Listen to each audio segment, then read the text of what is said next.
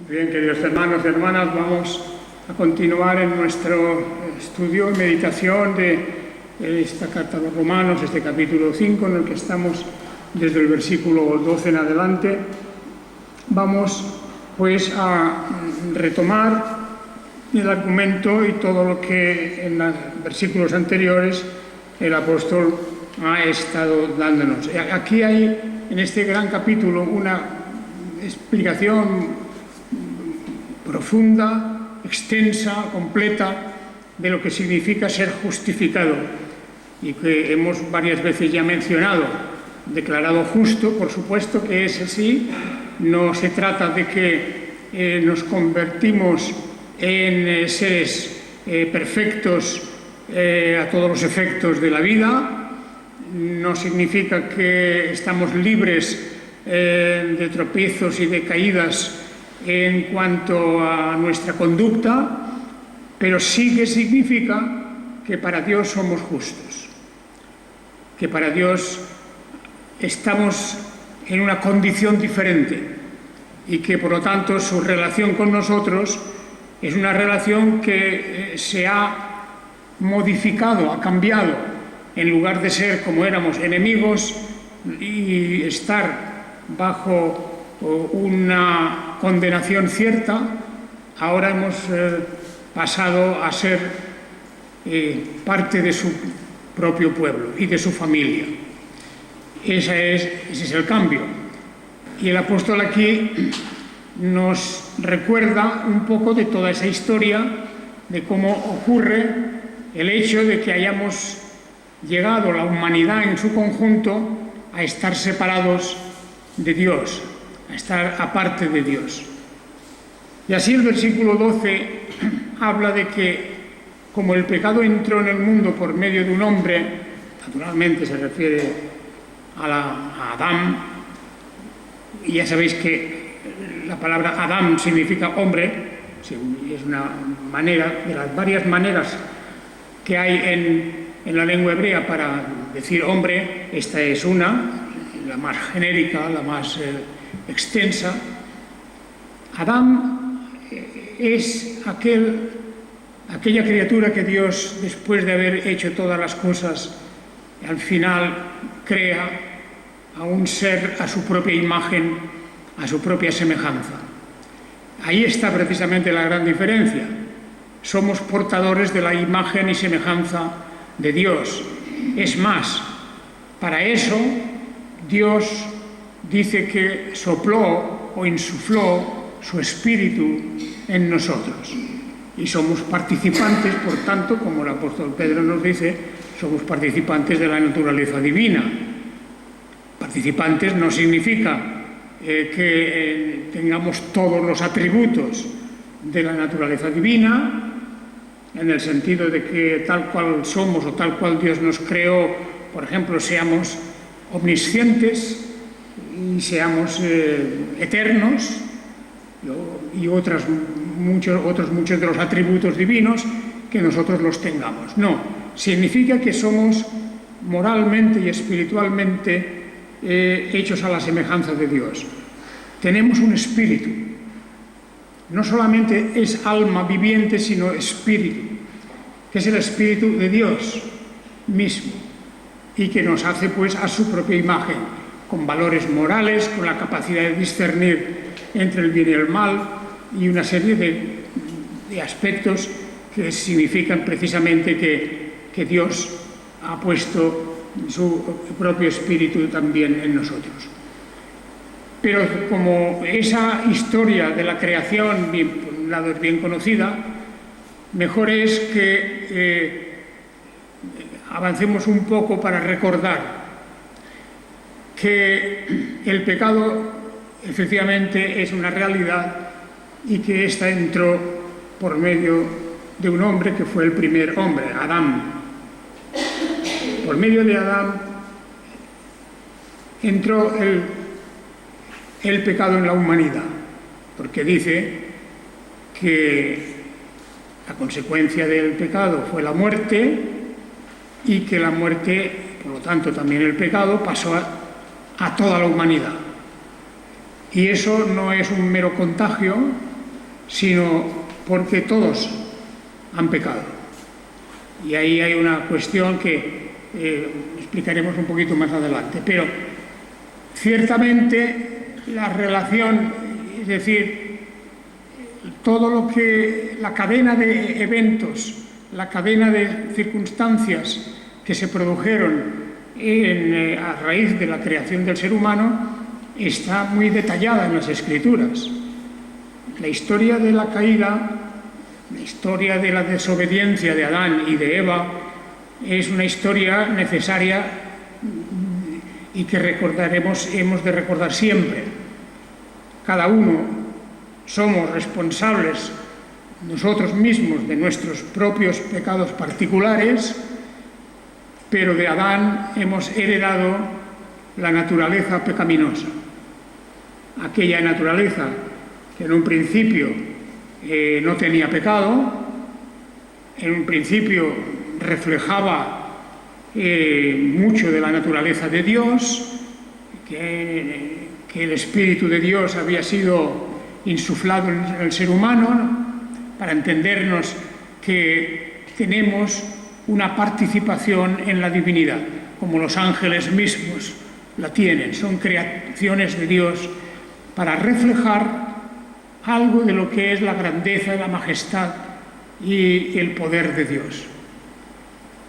Pero la desobediencia de Adán, y os acordamos todos de esta historia perfectamente, la desobediencia de Adán trae un castigo anunciado. No fue un error o equivocación, no fue el que Adán hizo de una manera, diríamos, inocente, algo en contra de Dios, sino que a sabiendas, no solamente de que estaba prohibido lo que él hizo, sino que eso acarreaba unas consecuencias terribles, trágicas, porque dice, el día que comas del fruto de este árbol, de cierto morirás. Como dice el texto hebreo, morirás. Morirás. Es decir, no hay escapatoria de eso. No hay forma de cambiar eso. La traducción que tenemos normalmente en español es de cierto morirás. Pero vamos, es una certeza absoluta. Morirás. Y la muerte de la que habla es una muerte física, pero también es una muerte de nuestras cualidades espirituales, de una muerte de la relación con Dios, que fue una muerte que abarca todo lo que había recibido el ser humano como gran privilegio, como cabeza de la creación, excepto los ángeles. Esta historia bien conocida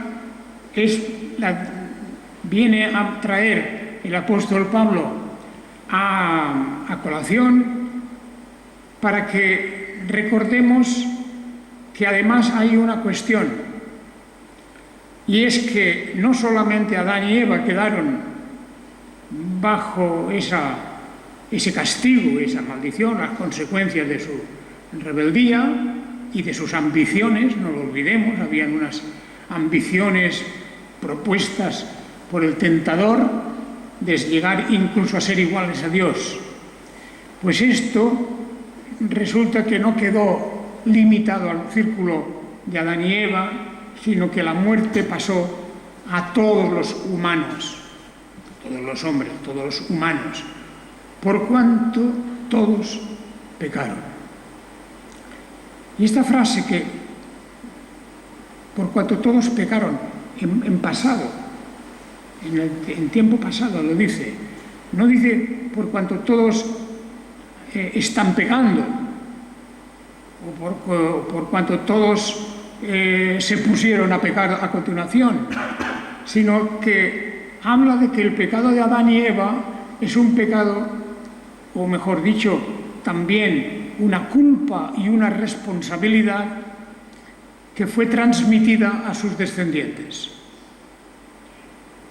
No es una cosa biológica, no es un contagio pues como puede ser de cuerpo a cuerpo, sino que espiritualmente perdieron todo lo que Adán y Eva perdieron, todo lo que ellos perdieron.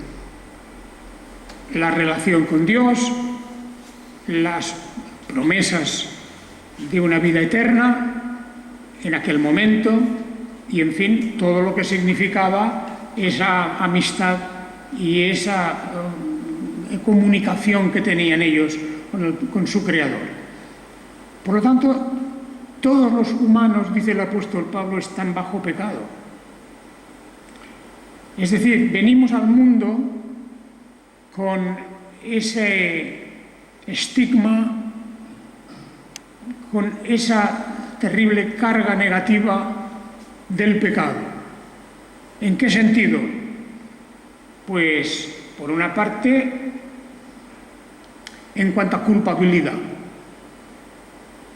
Y uno puede preguntar, si yo no hice lo que ellos hicieron, ¿cómo es que se me responsabiliza a mí? Pues porque hay un proceso aquí en el que Dios, y eso es una decisión divina, ha puesto por cabeza de la humanidad a esta pareja, Adán y Eva. Son ellos los responsables, ellos son los que ostentan la representación de toda su descendencia. Y por lo tanto, ese privilegio que habían recibido, porque fue un privilegio enorme, de ser portadores de la naturaleza divina, de tener allí todo lo que no solo necesitaban, sino un estatus de verdadero privilegio, todo aquello que habían recibido, que era un regalo, no era solo para ellos, sino también hubiera sido para sus descendientes. Pero al perderlo ellos, lo perdían también sus descendientes. De manera que queda anulado aquello, queda anulado en raíz. En la misma raíz queda deshecho el pacto. Y por lo tanto, es necesario un nuevo pacto. Es necesario un nuevo comienzo, un nuevo principio. De haber dejado Dios las cosas como quedaron en el momento mismo de la transgresión, no habría habido ningún plan de redención, ninguna forma de salvación, sino que allí se habría extinguido todo. Pero en el plan divino de salvación, hay un proyecto que alcanza a los nuevos cielos y la nueva tierra. Un proyecto o un plan que Dios ha establecido para recuperar al ser humano, a los descendientes de Adán y Eva, y proporcionar un camino, una vía de salvación. Y por tanto, pues, una cosa, eso sí, está clara, Dios va a tratar esto como una operación de salvación para la cual Él mismo, en la persona de Jesucristo, en la humanidad misma de Jesucristo, va a hacer todo lo necesario para que la culpabilidad y la responsabilidad del pecado desaparezcan, sean borrados y sean perdonados. Bueno, pues el apóstol está haciéndonos pensar en todo esto. La muerte pasó a todos los humanos, por cuanto todos pecaron. En Adán hemos pecado todos. Ahí es una de los signos, de las grandes señales, también de la soberanía de Dios. Esto es así porque Dios lo ha preparado así, lo ha establecido así, que la responsabilidad de los padres originales se transmite a la descendencia. Y esto incluye la muerte. Por eso el pecado entró en el mundo por medio de un hombre y por medio del pecado la muerte. La muerte en su doble vertiente, la muerte del cuerpo, la muerte física y la muerte espiritual, que es la condenación, el alienamiento y el alejamiento del ser humano respecto a Dios, su creador, con todo lo que eso conlleva de estar separado eternamente de Él.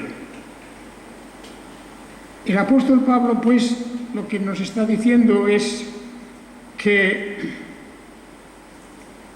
el pecado también va unido a una ley. Claro, el pecado original también está unido a una ley, a un mandamiento. Porque si no hay ley, no puede haber pecado. Eso es evidente y hasta nuestros días, en la vida civil, pues también ocurre así. Si no hay una ley, no puede haber tampoco una transgresión respecto a esa ley, porque no existe la ley. En el caso que nos ocupa, también en el caso de la creación de Adán y Eva, lo primero que Dios hizo fue establecer una ley. Podéis comer del fruto de todos estos árboles, les dijo en aquel inmenso huerto, ¿verdad? Pero de estos dos árboles no podéis comer. Pues ahí tenemos una ley, en una forma comprimida, en una forma sencilla, pero había una ley y la ley fue lo que ellos transgredieron. Después de eso quedó una ley grabada en el corazón de los humanos. Lo mismo si eran de una rama o de otra, de los que fueron los descendientes de Adán y de Eva. A toda la humanidad, antes de que llegara la ley de Moisés, para el pueblo de Israel en particular, antes de eso no estaba desprovisto el ser humano de una ley. Existe una ley grabada en las tablas del corazón, en nuestra conciencia, y en cada pueblo y dentro de sus culturas y de sus costumbres hay unas leyes que vienen en realidad de Dios mismo. No todo lo que es su cultura, no todo lo que son sus propias leyes temporales, sino que hay un conocimiento interno que podemos llamar la conciencia, que podemos llamar un conocimiento pues excepcional de lo que es el bien y el mal, o lo que está bien y mal, que puede variar en unos pueblos y en otros, pero al fin y al cabo siempre hay una referencia contra la cual juzgar a una persona.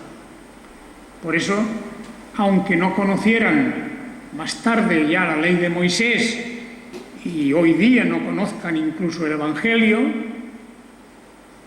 aún así pueden ser juzgados. Todo ser humano. Todo ser humano. Y está dentro de los planes de Dios de un gran juicio universal. Y naturalmente las reglas de ese juicio son reservadas por Dios mismo para ese gran día del juicio. Porque, fijaos que esto lo subraya en el versículo 13, cuando dice, porque hasta la ley, aquí se refiere a la ley de Moisés, había pecado en el mundo, pero si no hay ley, no se toma en cuenta el pecado, que os acabo de decir. Hasta que llegó la ley de Moisés, también había pecado. Así que no pensemos en el pecado solo en términos de la ley de Moisés, ni siquiera en términos solamente de los 10 mandamientos, es esa ley que antes de que existiera la ley de Moisés, pues como digo, abarcaba cuestiones de conciencia, abarcaba cosas que están allí grabadas en el corazón humano debido a su participación en la naturaleza divina. Por lo tanto, esa noción del bien y el mal está ahí y es suficiente para que Dios juzgue como hace realmente. Pero claro, cuando dice a continuación, y esto es para subrayar de que antes de la ley de Moisés había alguna forma de ley, pero si no hay ley, no se toma en cuenta el pecado, dice el apóstol, literalmente. Si no hay ley, bien, es lo que estamos diciendo, no puede haber responsabilidad respecto al pecado si no hay una ley. Tenemos que tener algún conocimiento de lo que está bien y está mal, de lo que Dios aprueba o condena, aunque sea en una cosa tan simple como la prohibición de comer el fruto de un árbol, que es la forma más simple de ponerles una ley rápidamente, diciendo, mira, aquí tenéis esto, podéis comer de todo, de este árbol no podéis comer. Y el día que comáis, moriréis, seguro. Que no quiere decir que el fruto estaba envenenado y que iban a morir en el acto. No, quiere decir que la muerte iba a aparecer. La muerte iba a aparecer en aquellos que eran creados a imagen de Dios, solo un poco menos que los ángeles. Solo un poco menor que los ángeles. Aquellos estaban expuestos a el gran y terrible suceso de la muerte. Bien, aquí pues, como el apóstol está diciendo, está argumentando para que nos demos cuenta de que la presencia de la muerte es una evidencia de que hay una ley en todos los momentos de la vida, desde Adán y Eva hasta aquí. Eso es el versículo 14. Versículo 14 dice, no obstante, la muerte reinó desde Adán hasta Moisés. Ese periodo en el que no vemos un código, una ley codificada, ese periodo de tiempo que nos podría parecer que estaba vacío de leyes, pues toda la época de los jueces, toda la época anterior de aquellos patriarcas que se mencionan al principio del libro del Génesis, todo eso no importa porque la muerte existió desde Adán hasta Moisés. Todo ese tiempo. Como diciendo, con la ley de Moisés, pues sí, se extiende y se clarifica, si queremos, más el tema de la culpabilidad y de la responsabilidad de obedecer a Dios, porque ya son mandamientos más específicos. Pero la muerte reinó desde Adán hasta Moisés, aún sobre los que no pecaron en la semejanza del delito de Adán, el cual es figura del que había de venir, de Jesucristo. Claro, dice, la muerte reinó aunque la gente no hizo exactamente lo mismo que habían hecho Adán y Eva. Pero si había muerte es que había pecado. No fue el pecado igual que el de Adán, pero había alguna ley, había alguna responsabilidad por cuanto la muerte existía. La muerte en término físico y la muerte en el sentido de condenatorio. Esto tal vez no es una cosa placentera de recordarla, pero es necesaria totalmente. Porque a veces oímos hablar a personas que dicen, bueno, la gente que no ha escuchado nunca el Evangelio, o el caso de los niños, por ejemplo, un caso importante también y delicado. Es decir, a muchas personas hacen depender, digo, dentro de las iglesias evangélicas, yo he oído gente hablar así, como si lo necesario para ser responsable fuera el conocimiento. Es decir, tienen que conocer y entonces sí que sí que pueden ser responsables. Pero no es exactamente así. Los niños hasta su edad ya de tomar conciencia de todas las cosas, los niños no conocen. Hay un periodo de su vida que no conocen nada, es decir, de su infancia desde el nacimiento, donde ya traen la imagen de Adán, ya llevan la carga del pecado de Adán y por tanto responsables a la manera de Adán lo son.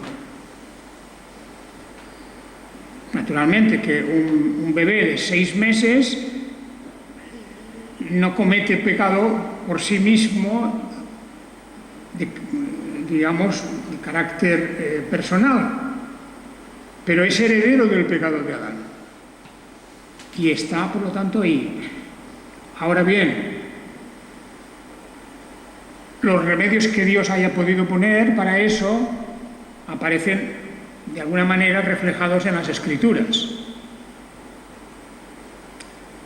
Porque la obra de nuestro Señor Jesucristo es de tal forma que el segundo Adán, que es el Señor Jesucristo, de la misma manera que en el primer Adán todos mueren, en el segundo hay una vida. Hay una vida que es compartida no necesariamente a través de la fe y el arrepentimiento, pero sí a través de la gracia. Porque la gracia de Dios es la que realmente responde de la salvación. Es la gracia divina el origen y la causa de nuestra salvación. La fe y el arrepentimiento son instrumentos que son válidos en respecto a lo que podríamos llamar la persona adulta, la persona consciente. A un niño de 6 meses no se le puede pedir fe y arrepentimiento, pero sí que se puede esperar que la gracia de Dios directamente se haga cargo de esa criatura.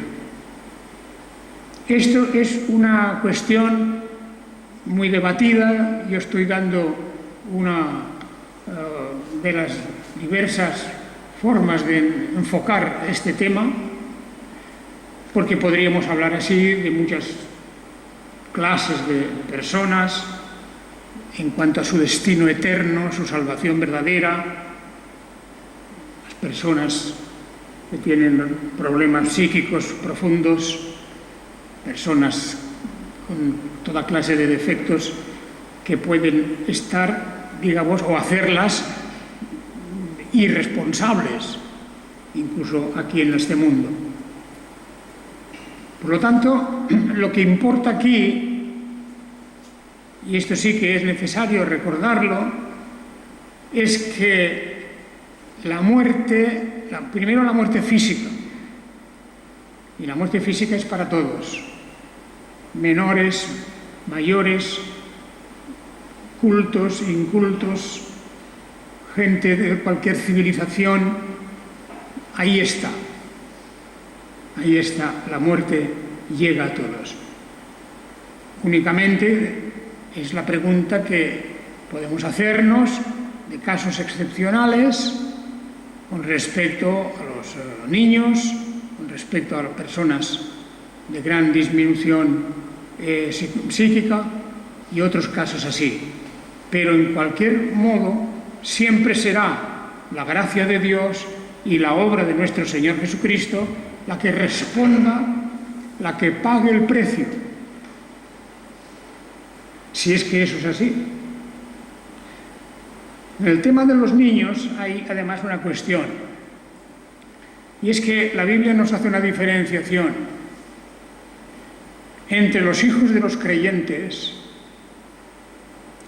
en donde tenemos los dichos ya bien famosos, porque para vosotros y para vuestros hijos son las promesas, etc.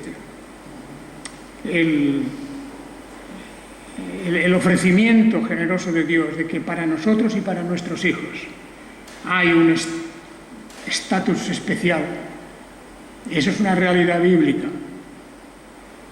De manera que cuando a un creyente, una pareja de creyentes, se le muere un bebé a los pocos días, podemos darle una consolación, porque está dentro de un pacto. Hay un pacto que Dios hace con nosotros y nuestros hijos, que abarca todo eso y que luego, cuando ese hijo o hija se hace mayor, adulto, etcétera, adquiere una responsabilidad propia personal. Porque ya se ha convertido en un adulto, ya tiene todo su raciocinio, tiene su voluntad, etcétera. Entonces, a los hijos de creyentes que mueren en la infancia, en mi opinión, yo digo con todas las reservas y humildad posibles, pero a estos, a los padres, se les puede dar la consolación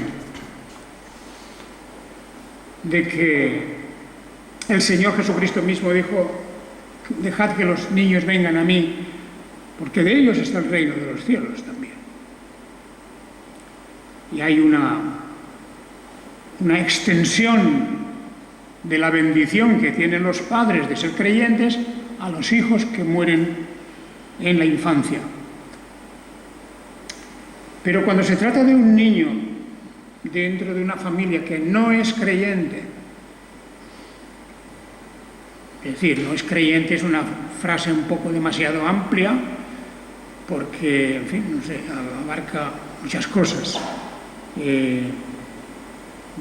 Pueden ser personas de diversas culturas, personas de diversos lugares, en fin, simplemente que no creen en Jesucristo, no creen en la vida eterna. Como no creen, la cuestión de la eternidad y la cuestión de la muerte, ellos lo ven de otra manera. A veces, hablando con ciertas personas, pues dicen, bueno, la muerte no es nada más que, igual que cuando muere un animal, pues el cuerpo se para y ya está. Porque tampoco creen en el espíritu, no creen en el reino de los cielos, etc. Por lo tanto, cuando se muere un hijo, a estas personas no les podemos dar una consolación. No les podemos decir están incluidos en el pacto de Dios, porque no es así, no está en las previsiones bíblicas. El pacto es para los creyentes y sus hijos, originalmente para Israel y sus descendientes. Pedro, el apóstol Pedro, en su gran discurso, estaba diciendo para vosotros y para vuestros hijos, y estaba hablando en general a una comunidad en donde habían creyentes en Jesucristo como Mesías y simplemente judíos también. Y ahora podemos decir que esto es lo que ocurre con el tema de la muerte. La muerte es la evidencia de que Dios cumple su advertencia de que hay una ley y de que hay un precio que se paga por la transgresión de esa ley. Y termino diciendo que aunque la muerte reinó desde Adán hasta Moisés, incluso los que, como dicen, no pecaron a la semejanza del delito de Adán, pues hemos de pensar qué ocurre ahora con el tema del don de Dios, el regalo que Dios nos hace con la salvación, y la transgresión, el pecado original, que es lo que provoca toda esta cadena de hechos y de actuaciones divinas. Y me limito a leer ya para terminar el versículo 15, que ya lo miraremos más extensamente el próximo día. El versículo 15 dice: pero el don no es como la transgresión, porque si por la transgresión de uno murieron los muchos, mucho más abundó la gracia de Dios para los muchos. Y el don por la gracia de un hombre, Jesús, el Mesías. De manera que habrá una diferencia que hemos de desgranar aquí, explicar la diferencia del don, el don de Dios, el regalo de Dios, y la transgresión.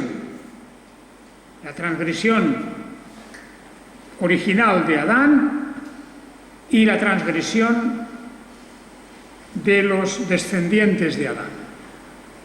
El don es un don gratuito que Dios dio por las muchas transgresiones que se derivan luego de la descendencia de Adán y de Eva. Y así continuaremos considerando estos versículos siguientes de este capítulo. Es un capítulo, vamos a decir, encadenado, de versículos encadenados que nos va llevando el pensamiento progresivamente a ver la realidad de lo que ha ocurrido en temas como la desobediencia, como dirá en el versículo 19, ya terminando casi el capítulo, porque así como por la desobediencia de un hombre los muchos fueron constituidos pecadores, así por la obediencia de uno los muchos serán constituidos justos.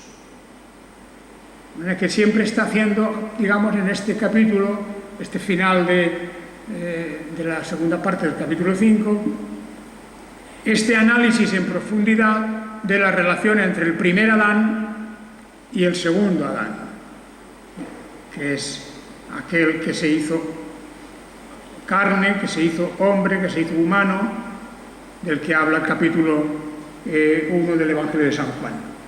Muy bien, hermanos, pues aquí hoy voy a dejar esto y gracias por vuestra paciencia y vamos a terminar.